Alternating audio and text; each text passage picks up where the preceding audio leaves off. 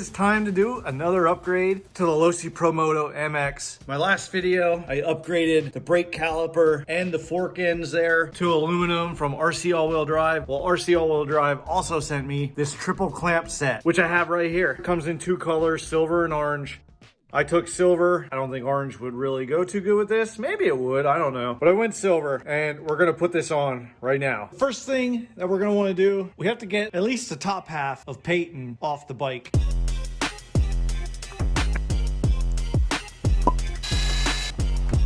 Come on, let go. There we go. Peyton has a bit of a dislocated shoulder. That might have been from the last time I had him out riding. Just never popped his shoulder back in. There we go, all good. Now we can take this apart. First thing we need to do is we have to get this brake line out of here. Pretty easy. You just pull the end out the bottom here. Might need something to grab it. So now we just slip that through there, pop that out there. That goes through there. Now we have the brake cable out of the way. Let's take the handlebars off. Now the number plate.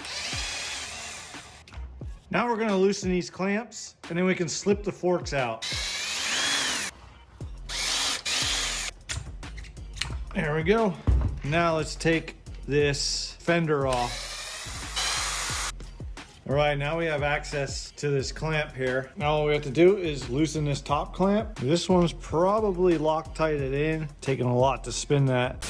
Okay, I finally got it. Now what I had to do was, I think the Loctite was super hard to break free. I did put a little bit of heat on it to break up this thread lock that's on here, but I finally got it. So we have to save this. This goes on the aluminum one. Now we can pop this off the top and then pull this out from the bottom.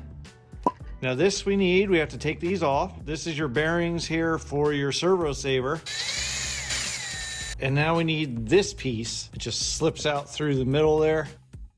Now we're ready for this.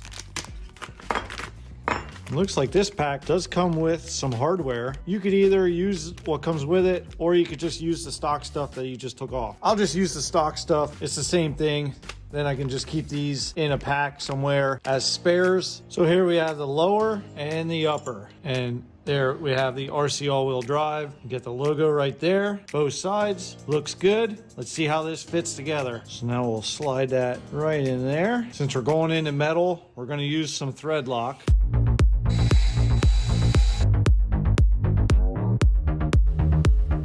Okay, so there it is. We have the triple clamp installed. It's ready to go. So let's just start putting everything back together. We'll start with the fender. Next, we'll put the number plate on. Now we'll slip these forks in. All right, let's slap these handlebars on. So now we just have to put the top half of Peyton back on the bike. And one last thing to do, I almost forgot. We gotta put this brake cable back on so we have front brakes. There we go.